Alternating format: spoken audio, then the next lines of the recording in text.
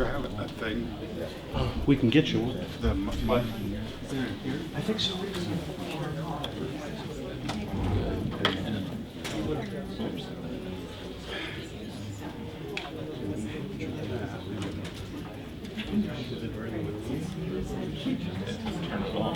Yep.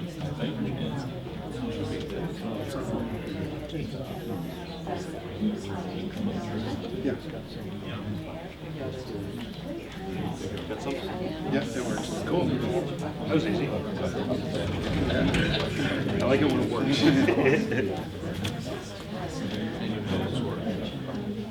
Can you get me some breakfast too? Would you settle for coffee? Is that a problem? The way they make sure you do it on TV.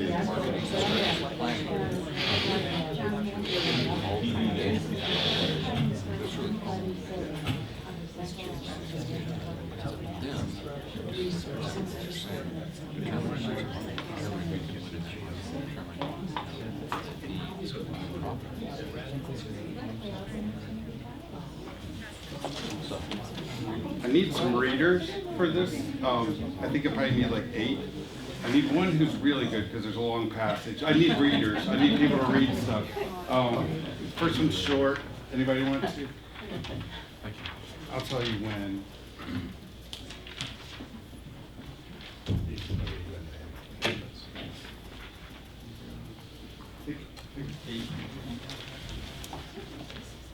You're going to be my good reader. Is that a problem? Most of them are just passages. This one looks long but isn't. Anybody else? We'll start at 25. 2 more. One's 1 sentence long. Mine's really hard. Just so you know, this is a class that I've been wanting to teach for some time. And I really decided to do it while we were on one of our trips to Israel.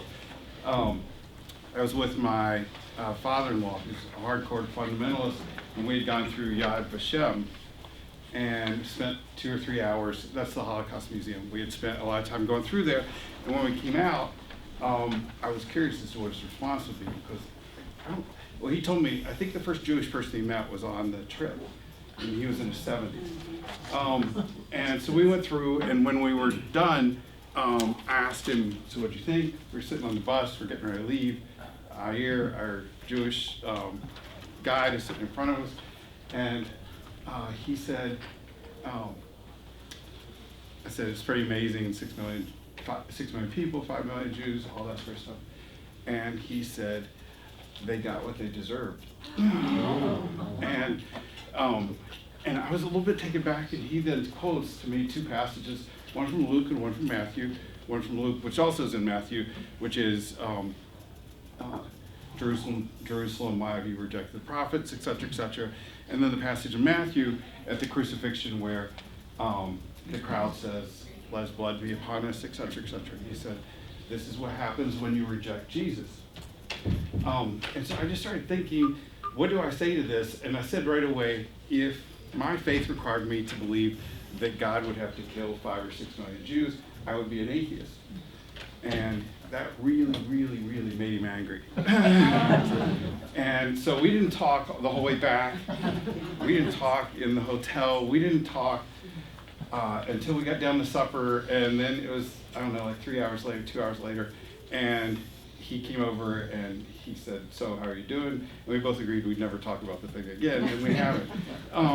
So that was one experience. The other one that helped lead me to think about teaching this class. I mean, I've had a bunch because I was thinking, I spent so much time in undergrad and other places with people teaching you how to read the Bible correctly, that it dawned on me that we don't spend much time evaluating the outcomes, what we end up with, that we should be evaluated and judged based on what happens after we read the Bible. Not that we should read the Bible first and then decide how, pick out passages and all that sort of stuff. And next week we'll talk about that in some great detail.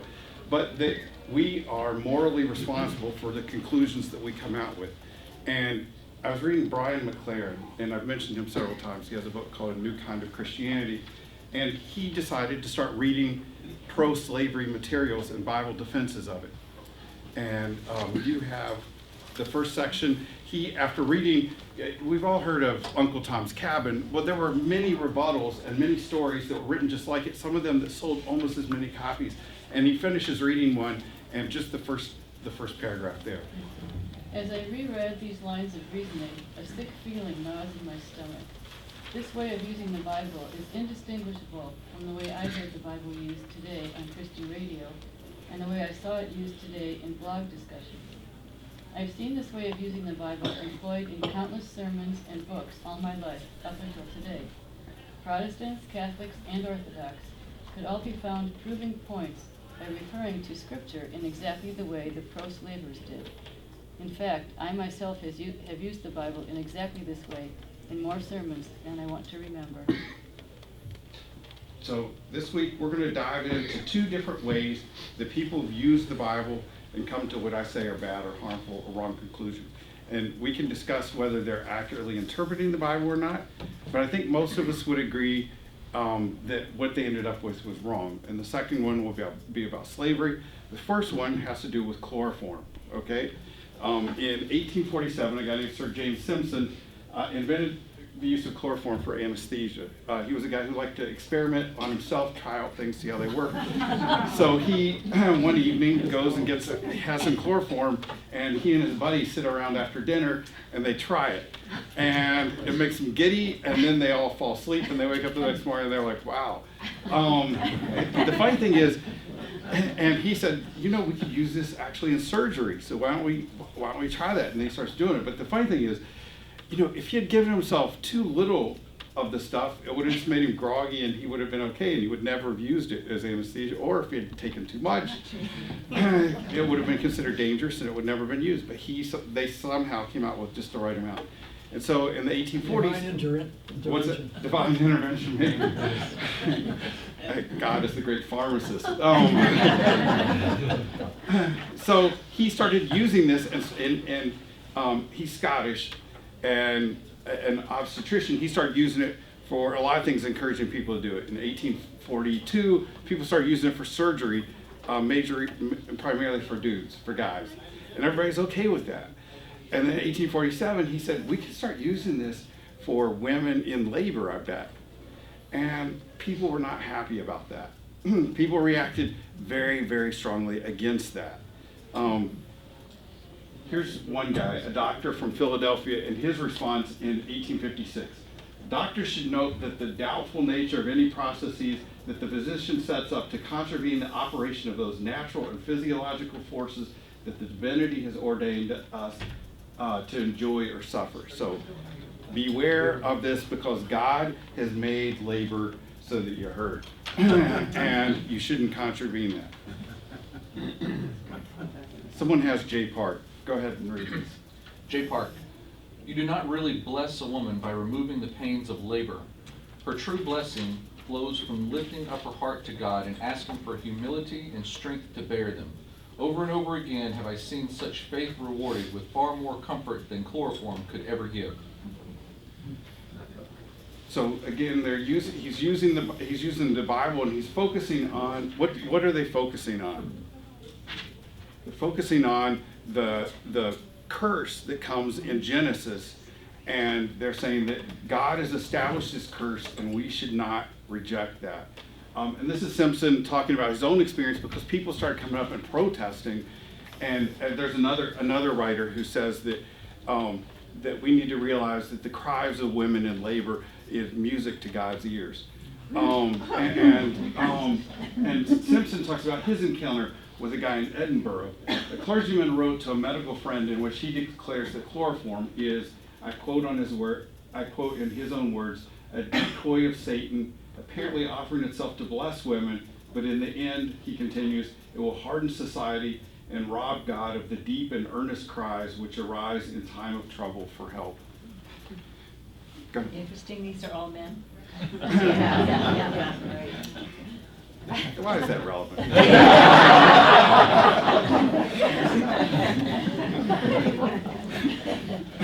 Who knows best? As our Congress and our priests. Oh, tell us. Actually, I gave my daughter, there was a group of priests in Brookfield who were going to have they were going to have a lecture series last summer on the role of women in the family, and I gave it to my 18-year-old, and she tore it up and threw it at me. I was like, it was a joke, but it really wasn't. So how do you respond to this sort of stuff?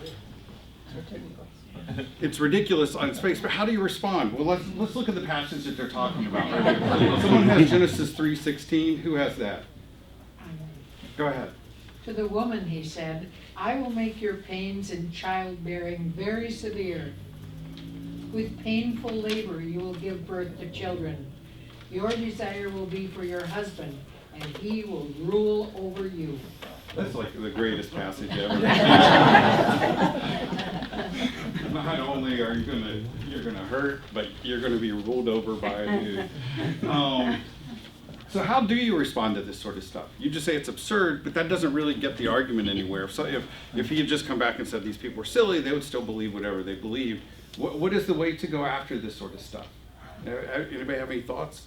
How do you respond? I have a thought. Go. I think right out of the start, you have to ask the question, is the Bible really infallible? Okay. Is absolutely everything in the Bible true? And Right. you have to answer that question at its core, I would think. And that question actually is not a biblical question, but it's an extra biblical question. It's based on assumptions that people bring to the text. Because there's nothing in the Bible that says we are infallible. It just has the different text. Somebody uses a passage from 1 Timothy to suggest that 1 Timothy was actually writing about the Old Testament, because there was no New Testament when 1 Timothy was written. But that's a very good point. So we're going to attack the assumptions that people bring to the text when they start using the Bible to justify things like this. Go ahead. What also complicates it is the passage just read. Another translation, if I'm correct, says that the pains of labor will be increased as if they had existed before the fall. So we're confused by the various translations to begin with. Okay. If we're real students of English and So- take it literally. So I like this passage, the way it's translated here. You like a different one. But the assumption here by these guys who are writing this stuff is, and they all call it, it's funny, and that I haven't heard this term before, but in all of these texts they refer to it as the primeval curse, and that we're supposed to live with it.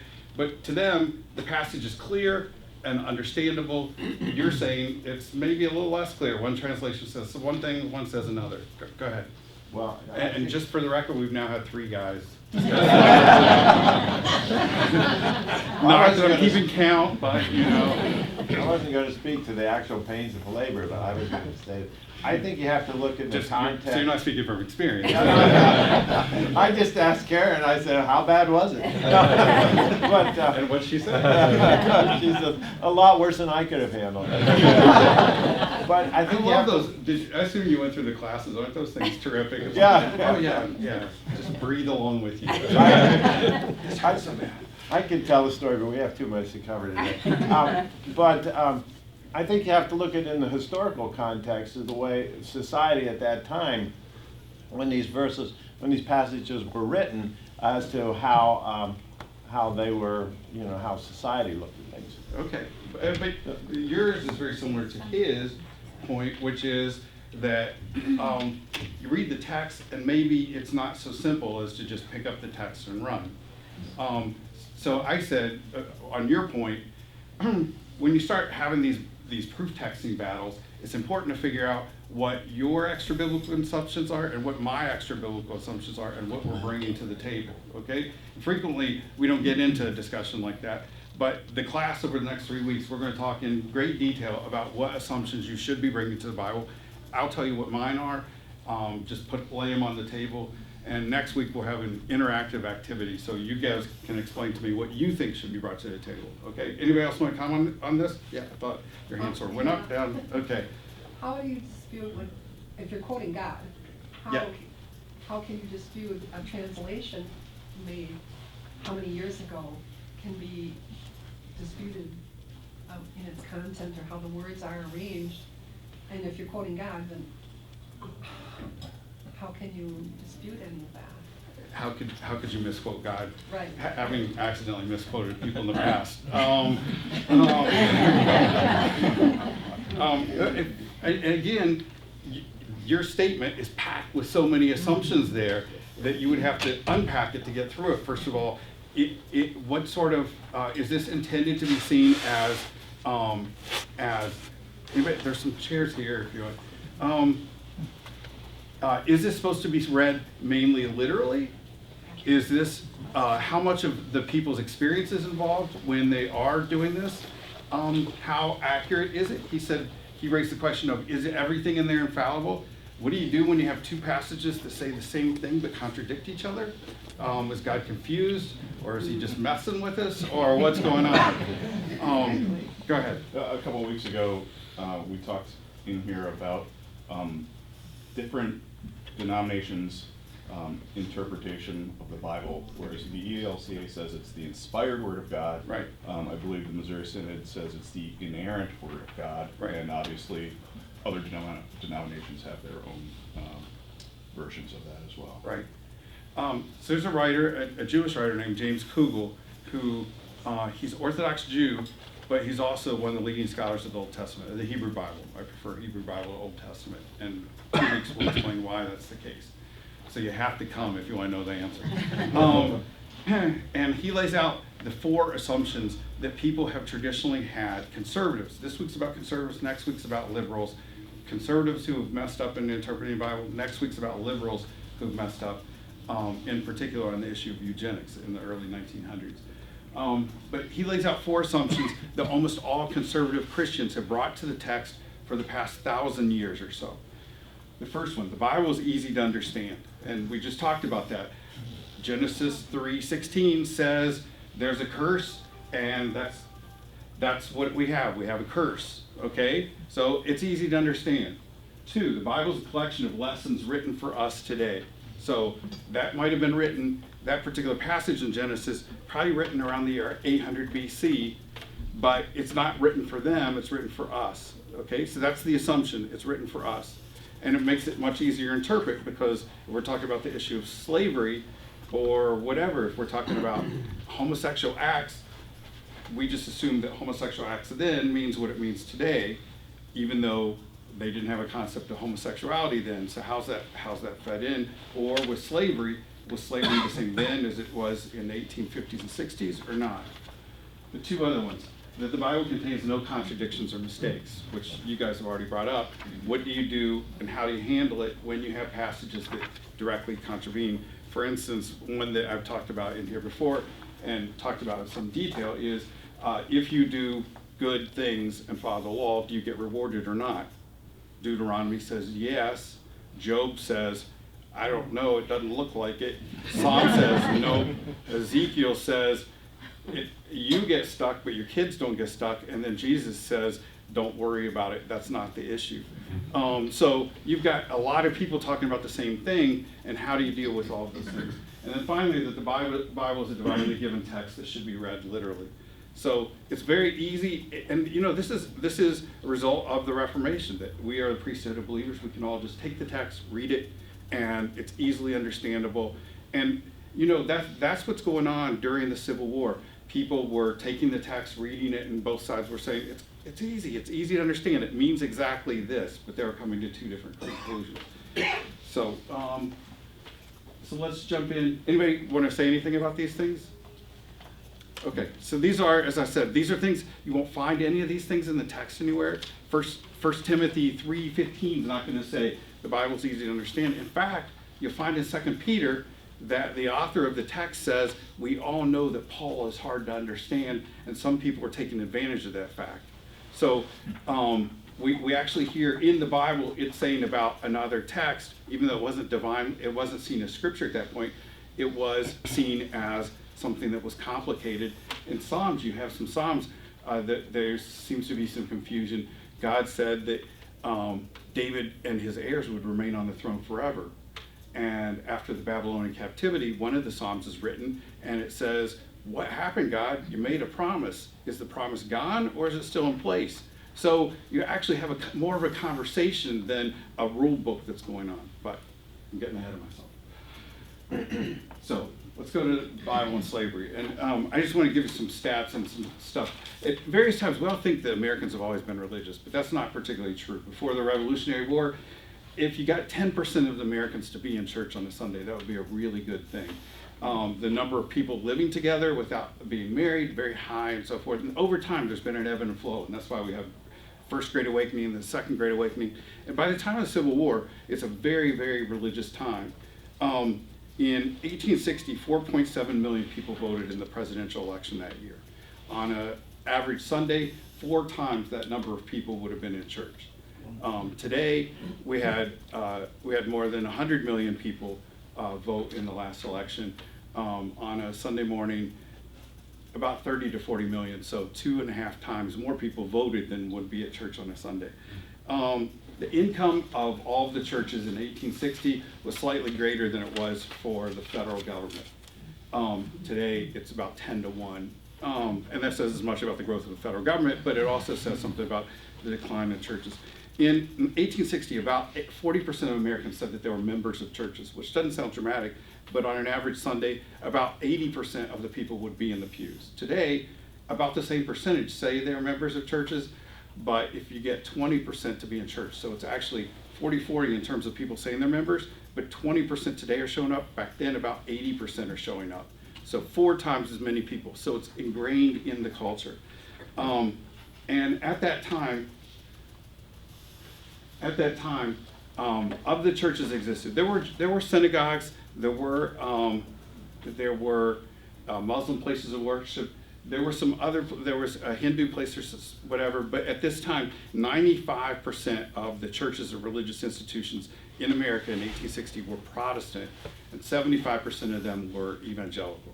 So everybody overwhelmingly believing and thinking the same thing. Not everybody, but many.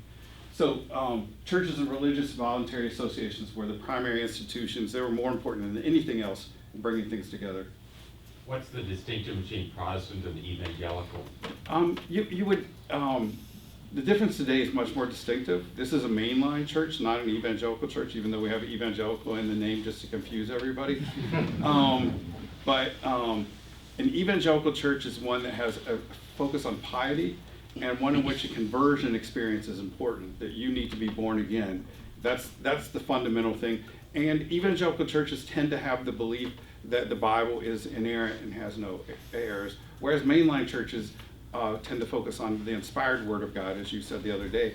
And you can be, and as an Episcopalian would not be evangelical. You would be baptized as a youngster and brought into the church that way. If you are a Baptist, then you have to go forward and make a profession of faith. So pretty different. And the Bible was the central moral authority at this time. And as we said, almost everybody agreed on this point, that the Bible's meaning was obvious and clear. All you had to do was pick it up and start reading it.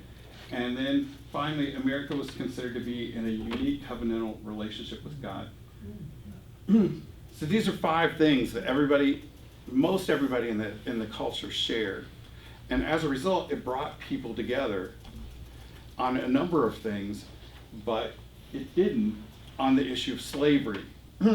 So it brings everybody together on many things, but in the 1840s was when things start splitting apart. And that's when the Baptist church splits into Northern Baptist, Southern Baptist, and the Methodist church, which was even bigger at that time, also split into Northern and Southern Baptist. Methodist, sorry. And we're going to look now at the pro-slavery defense, how people who supported slavery used the Bible, and what sort of statements and assumptions they make about the Bible. Our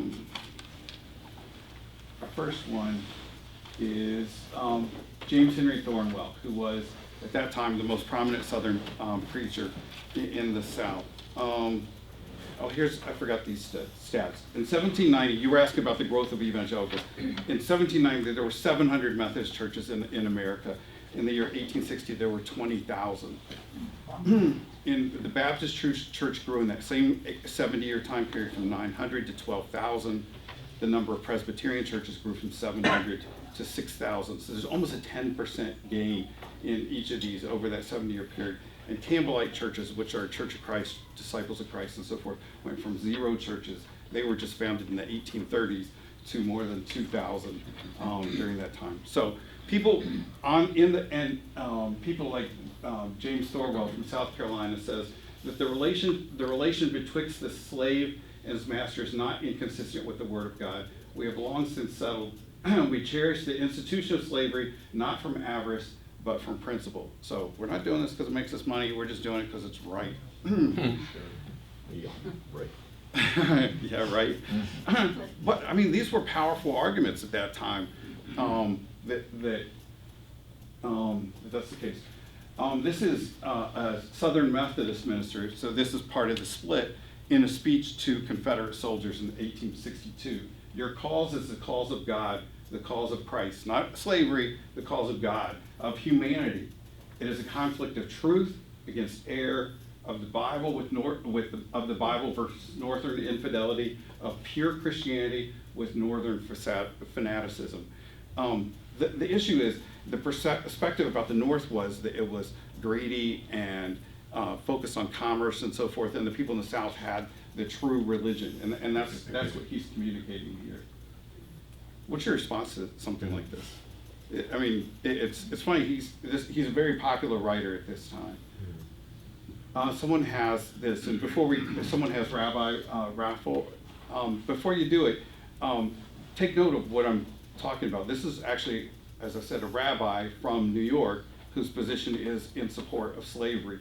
This wasn't North versus South. You'll find as many people on the North making pro-slavery arguments as you do in the South in the early 1860s. Go ahead. Is slaveholding condemned as a sin in Scripture? How this question can at all arise in the mind of any man that has received a religious education and is acquainted with the history of the Bible is a phenomenon I can't explain to myself. So anybody who reads the Bible, you have to conclude slavery is okay. In fact, the previous guy, Thornwell, he had another quote that I like too, that slavery is, quote, a good and merciful way of organizing labor which Providence has given us.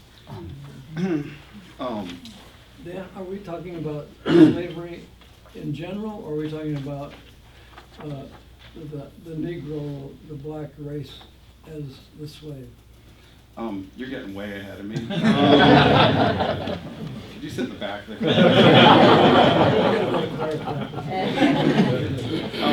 You could leave.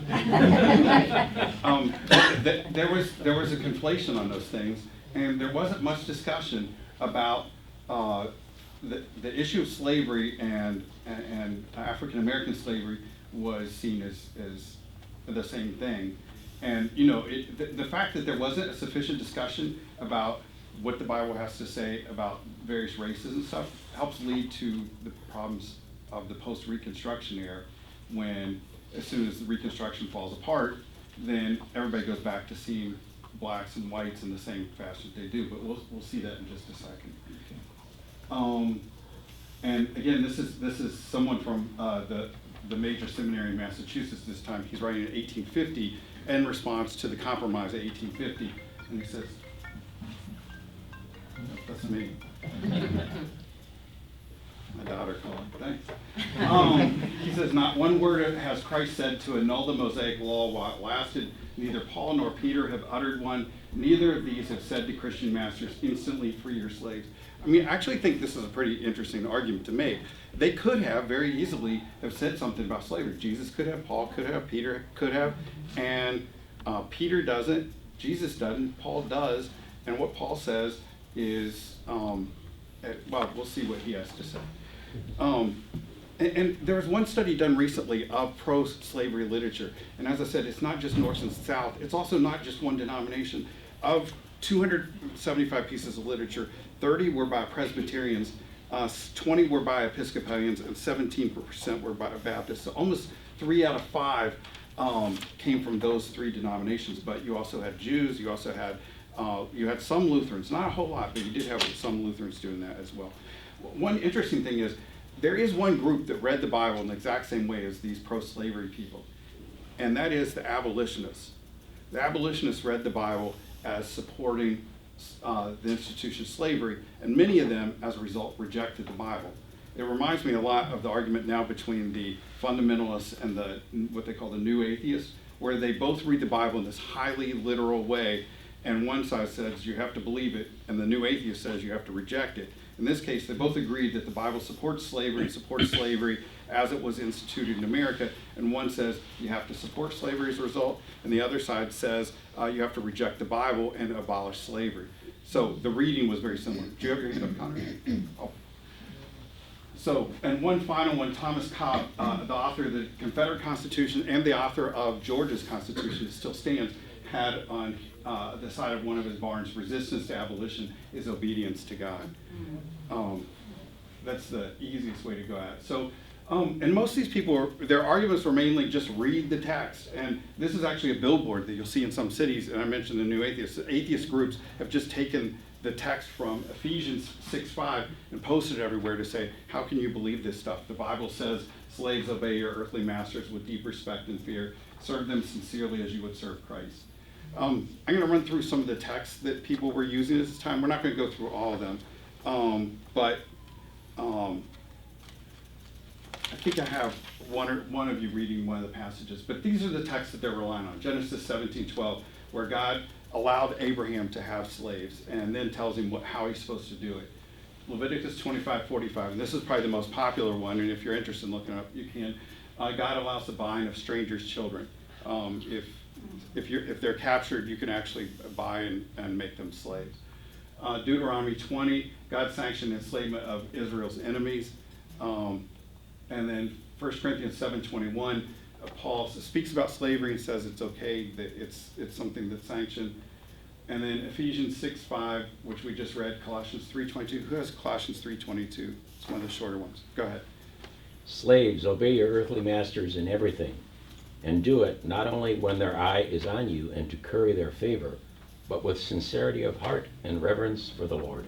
So we actually have an entire book in the New Testament devoted to a servant who runs away from his master, the book of Philemon. The guy's name's Onesimus, and he leaves his master, catches up with Paul, and Paul is returning him back to his master and saying, you can keep him as a slave if you want to. I'd prefer you didn't, but if you want to, you can. I mean, so it's not, in his mind, it's not, in Galatians it says, in Christ there is no slave and free, but at this time he's trying to negotiate whether to convert to Christianity means that you have to release someone from slavery. And the author of 1 Timothy, and I'll say the author of 1 Timothy because it says Paul's the author, but clearly Paul is not the author, says that conversion of a slave doesn't mean emancipation. It addresses the master, saying if your slave converts, you don't have to let him go. And so... Wasn't also to sort of muddy the issue, in the Old Testament at certain points it says you keep slaves for a certain period of time, but then you're to release them and support them so they can be on their own. You can, and we'll talk about that in a few minutes.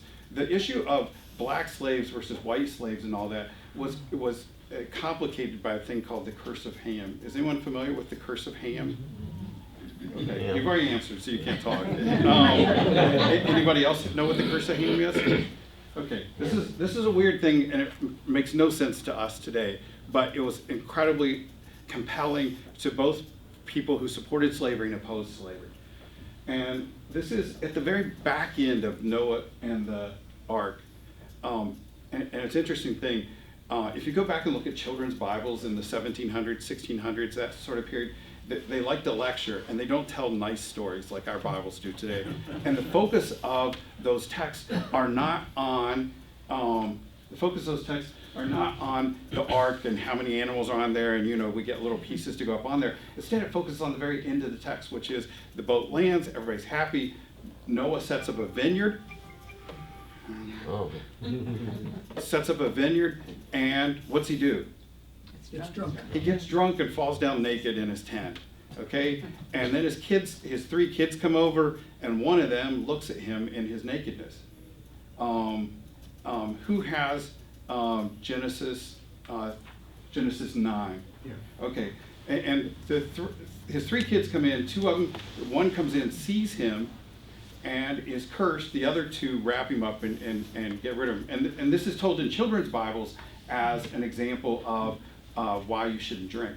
It was a very, very popular story among the people who were advocating elimination of all alcohol in America.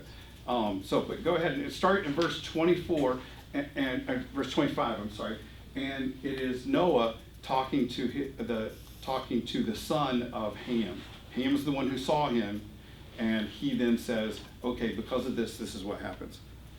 When Noah awoke from his wine and found out what his youngest son had done to him, Noah said, "Cursed be Canaan, the lowest of slaves will be to his brothers."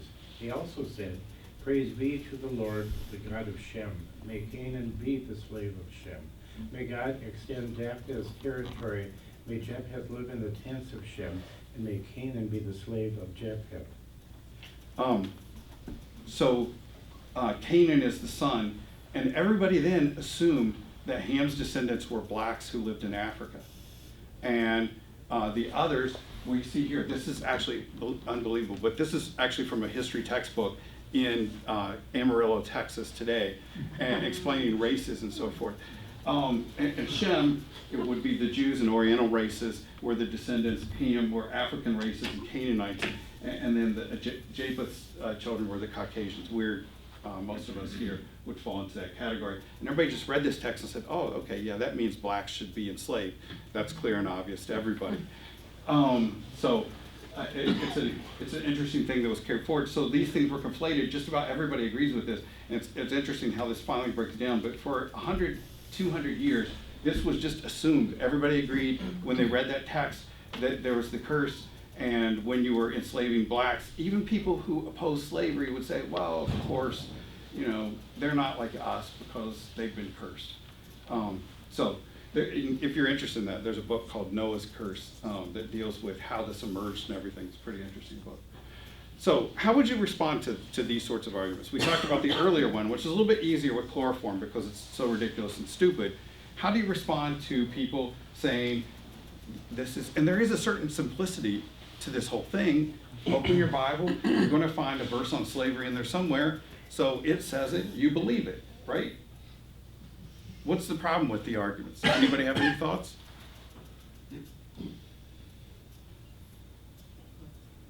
Go ahead. Well, it's pretty one-sided in that onus seems to be always that the slave should obey. I don't hear much about the master treating the slave with any kind of consideration. So that's a good point. Most of this is not focused on how you should treat the slaves and how the institution of slavery existed in America at that time, as opposed to how it existed when all of these texts are written, right? So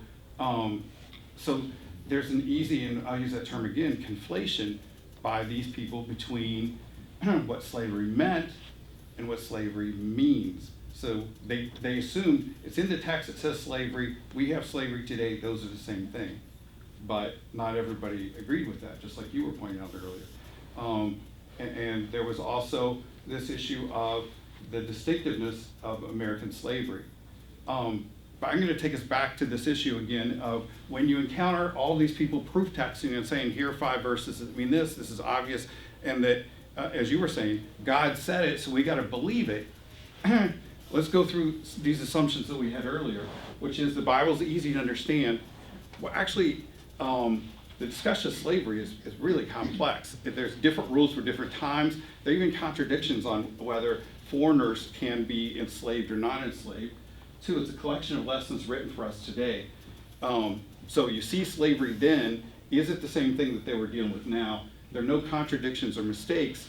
There does seem to be, Paul seems very vexed about this issue, whereas in Leviticus there didn't seem to be that issue. And then finally, it's a divinely given text that should be read literally. And people read and focused on particular things. One other thing to remember is there was this assumption that everything in the Bible is consistent the whole way through. There's not going to be any disagreement. And if you can find one verse that says it, we have to believe it, okay? And that's where we get caught in a trap, because we find one verse that tells us one particular thing, and we have to believe it. Well, I don't think that's really true.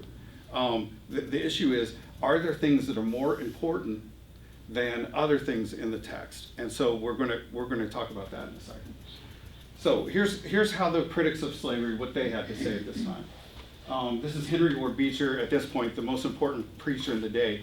And he says, where the Bible has been in the household and read without hindrance by parents and children together. So if you just read the text and you're not influenced by anybody, there you would have had an indomitable yeomanry, a state that would not have a tyrant on the throne, a government that would not have had a slave or a serf in the field. So he actually shares these assumptions. He thinks the Bible is easy to understand, and if you just read it, then you would agree with him that there should be no slavery. But actually, lots of people were reading it and coming to the opposite conclusion. Taylor Lewis says, there's not a word in the New Testament about buying and selling slaves. He's a professor, he was a Greek professor, some of his works are still being used today. He's putting a priority on these things. He's saying the New Testament says this. Yes, it's in the Old Testament. He's not saying throw out the Old Testament, but he's saying the important thing for us is the New Testament, okay, when we're deciding this issue. Daniel Coker, who was an African-American leader, and actually it's interesting to read black writers on slavery at this point. They make some of the distinctions that we recognize today, that you recognized, but most whites did not. And his point is, it's very evident that slavery is contrary to the spirit and nature of the Christian religion and the Golden Rule. So he's also setting up a pattern, and he's saying what's most important isn't Old Testament versus New Testament, but the Golden Rule.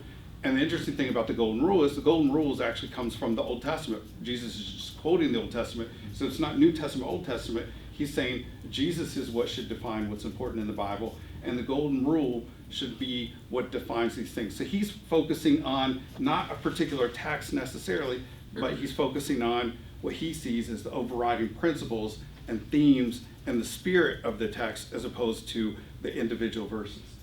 And then I think someone has this one. Who has George Bourne? Okay. Go ahead. Every man who holds slaves and who pretends to be a Christian or a Republican is either an incurable idiot who cannot distinguish good from evil, or an obdurate sinner. Every ramification of the doctrine that one rational creature can become the property of another is totally repugnant to the rule of equity, the rights of nature, and the existence of civil society. So if you don't find the verses, just ad hominem attack the other side. My preferred form of argument. The interesting thing that he's saying here is he uses the Bible throughout the thing, but what's the point of his argument? He's saying we don't use just the Bible to understand these issues. He's bringing in all these other concepts too, the rule of equity, the rights of nature, and the existence of civil society. And you know, some of these things are actually the result of, and if you were in my secularism class, I talked a lot about how human rights is a secularized version of many of the principles in the Bible. But he's saying the Bible's important, and we should use that on deciding moral things, but we can also use some of these other principles as well. I offended them, I assume. I was not calling you guys idiots. So he uses the phrase in here, rational creature. Right. Was there a feeling or a debate about the humanity of African Americans? Are they Sure. are they human beings? Are they a notch below white people? Sure. Is that... I mean, there was a great deal of difference, and so that's actually assumed on his part that they may not be equal, because you know you can find Abraham Lincoln saying at one point, if I could save the Union and free no slaves, I would do it. And there are many other people who were anti-slavery people who thought the best way to deal with slavery was to create a colony in Africa, and we'll take and dump them all there, and we'll name it after one of our presidents and call the place Monrovia. So even with a lot of these people, there was a distinction between the two. And some people did see them as animals. People today see them as animals. I got a call after, one of the most depressing things about my job here, even though I love my job, is anytime I write about black politicians, and if I write about them critically, people will call me and assume that I agree with them. There's one guy from Genesee Depot that always refers to them as them animals, and blames Father Grappy for most of our problems, for recognizing and believing that blacks are just supporting as whites. And That's one guy. If I typed in the N-word in my search engine for my emails, I would get hundreds of emails just because people get, they still feel that way. So your question, did people think that they were animals? Sure, people still think that today. Unfortunately, a lot of people still think that today. But it was pretty widespread at that time. But his argument is there is some sort of difference. So they did the same, some of the people on this side did the same thing that the anti-slavery people did, and that is they started citing texts. And it is interesting because you'll see texts that I hadn't really thought about before when you're doing this. Oh, this is the Emancipation Proclamation. I just thought, it's an interesting thing that, in less than 200 years' time, you go from that to a president showing the Emancipation Proclamation to a group of black students and leaders. So here's some of the verses they use. There's a death penalty for anyone who's caught stealing or selling another person. And this contradicts some of the other texts that we have, but it is in there. And people identifying this verse say, this is what's going on in America. We're not talking about slavery back then. Should we start, if you're going to start citing verses, should we start doing this? Should we carry out capital punishment for anybody who sells a slave? Second, Exodus. God allows the release of a slave who's been harmed by a master. If you hit a slave, knock his tooth out, that person's free under the Old Testament law. And again, someone saying, let's look at how the institution's being used today versus the way that it was used back then. 3, that Jews were prohibited from owning other Jews. They just had to be foreigners. And this was a particularly difficult one when the Fugitive Slave Acts emerged. And as you know, Fugitive Slave Acts were very important here in Milwaukee with Cathedral Square and all the things that happened there. But the God allows fugitive foreign slaves to be released if they leave a non-Jewish situation and end up in Jewish territory. You were not allowed to take that fugitive and convert them back to being a slave. Almost encouraged people to flee under this rule. So as we said, the belief was the Bible is very simple and direct on these things, but actually it's not. There's some contradictions on these things. And then finally, I think someone has this passage, Acts 17:26, that humanity comes from a single bloodline. And this is a huge verse for the abolitionists and for those who oppose slavery. From one man God made all the nations, that they should inhabit the whole earth, and he marked out their appointed times in history and the boundaries of their lands. Have you guys heard that verse before? I mean, it's an interesting thing. They're taking the concept and saying what you're saying about that one of us is rational, one of us is not rational, one of us are human, the other ones are not human. They use this verse to say, actually, Acts 17:26 says we're all on the same bloodline, and they argued that we were all on the same level, and that it was then wrong to enslave people who were also from the same bloodline. Again, a lot of assumptions working inside that statement, but an interesting verse that I, having read Acts before, never even thought of as being used among the abolitionists. So, but what I pointed out earlier is some of the most powerful arguments being made were not by preachers, theologians, rabbis, and that sort of stuff. An important and powerful argument was made by Harriet Beecher Stowe in Uncle Tom's Cabin. People read that and saw that she was focusing on not these individual verses. And in fact, there's a debate in one section of it where an Ohio senator votes for the fugitive slave law. He comes home and his wife says, how could you have done that? And they get into an argument and he starts quoting Bible verses, and then she starts making arguments like this in response. Now, John, I don't know anything about politics, but I can read my Bible, and there I see that I must feed the hungry, clothe the naked, and comfort the desolate, and that Bible I mean to follow. It's a much more powerful argument than we're talking about. This is the focus of all of the Bible. This is the main theme as opposed to your particular verses. And then at this story, because it's Harriet Beecher Stowe, very emotional story, a fugitive slave shows up at the door, and John has to make the decision, what is he going to do? Follow the verses that he was identifying, or follow the spirit of the law, the spirit of the Bible? So where's that take us? I'm going to offer some ideas, and during this class, I'll lay out probably 7 or 8 principles I use for using the Bible. And as I told you, these are mine. You can disagree with them. You can offer your own. But I used this last year in the class on problems in the Bible, the terrible texts in the Bible, and some of these relate to what I was thinking as I'm going through some of these passages. And keep in mind those 4 assumptions I was telling you earlier. Even though people on both sides of this argument used it, I think I reject all 4 of those I think I do. The fourth one I sort of hold to, but not so much. These are my principles. One, read the whole Bible. It'll surprise you. It is by terms disgusting, funny, truthful, challenging, obscure, wrong, relevant, inspiring, terrifying, offensive, progressive, and dated. I don't think I left anything out. 2, consider it the divine word as told by actual individuals with all the shortcomings of their era. So your point earlier of this is God talking, at the same time, these are people who lived at a particular time and place, and they brought those assumptions with them as they're writing the text.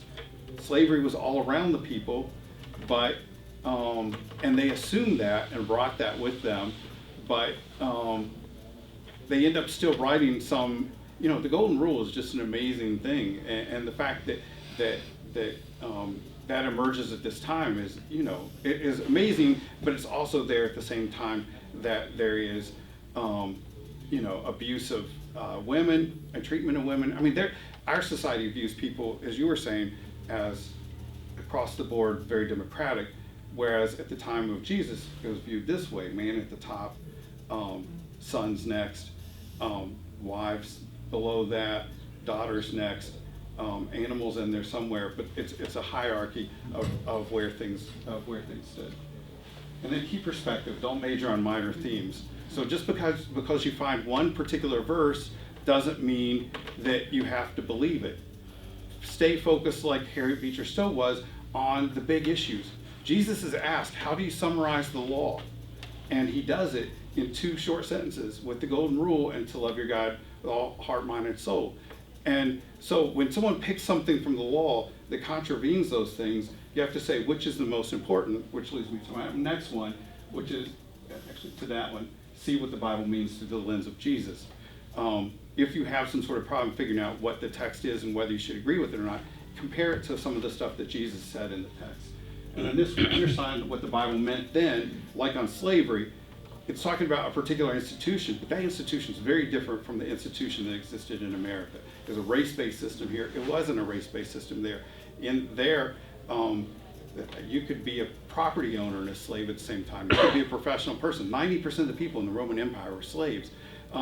It's a very different situation than what was in existence there. And then treat the Bible as a conversation or a library where there's conversations going on all over the place. There are conversations about how you should treat slaves. Should slaves be enslaved? All of these things are going on at the same time. Who had the material text? So after reading all of these things, he reads a number of these books on slavery. He then comes back and says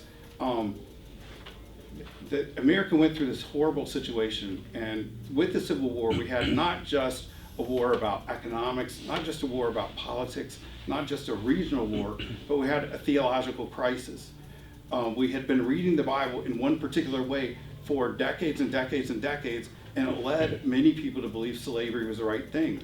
That's obviously a wrong outcome, and he thinks that we should come to terms with the fact that if we're still reading the Bible in the same way that they did in 1860, we need to do something about that. So if you wouldn't mind reading the second half of his statement. But very few Christians today, in my experience anyway, have given a second thought to, much less repented of, this habitual, conventional way of reading and interpreting the Bible that allowed slavery, anti-Semitism, apartheid, chauvinism, environmental plundering, prejudice against gay people, and other injustices to be legitimized and defended for so long. Yes, we stopped using the Bible to defend certain things once they were discredited by events, but we still use the Bible in the same way to defend any number of other things that have not yet been fully discredited, but soon may be. By and large, few of us have become self-critical regarding our assumptions about the Bible and our ways of using it that flow from those assumptions, often leading to discredited results. That self-critical turn is at the heart of the second passage in our quest. Our quest for a new kind of Christianity requires a new, more mature, and responsible approach to the Bible. So what do you think of that? It's an interesting thing because having grown up in fundamental circles and with fundamentalists and evangelicals around me, everybody still reads the text around me when I go home for Christmas in the exact same way people would have in 1860. And so I thought it would be a good idea to engage and bring that up before I did this class when I went down over Christmas, and it turned out that wasn't such a good idea.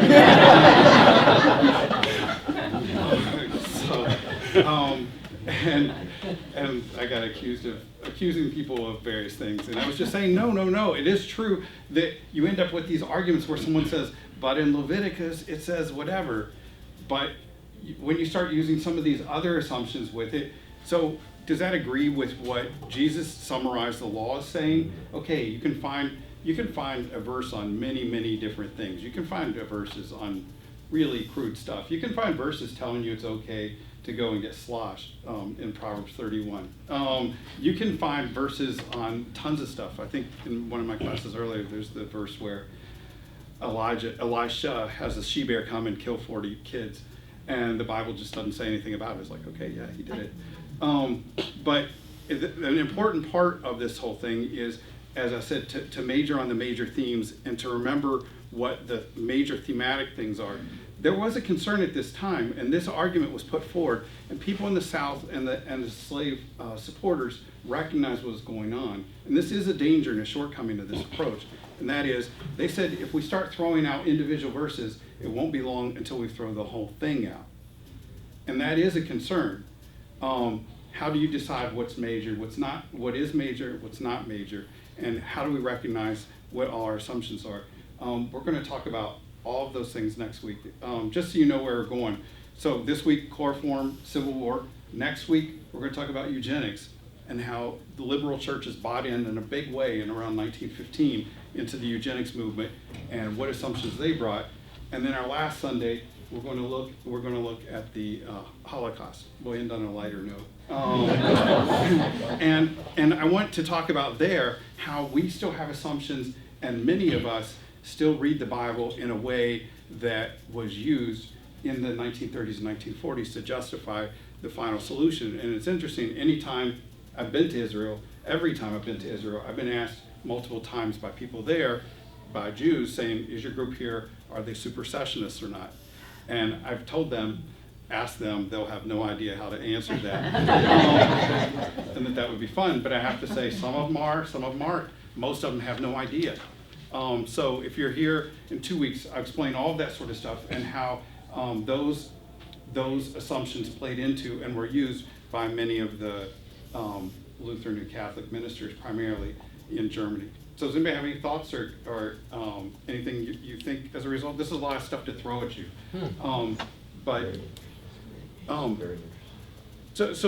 What do you think of this mainly highly literal? Do you think it's a legitimate concern that if we start focusing primarily on themes instead of particular verses, that we end up throwing out the whole thing? The golden rule is a good starting point, or that's what we really should use as a guide, I would think. Okay. Anybody else have any thoughts? Okay, well, I guess I answered everything. You all agree with me, so that's great. Let's start our own little church, okay? Break away from this place. What would you call it? The First Church of Dan.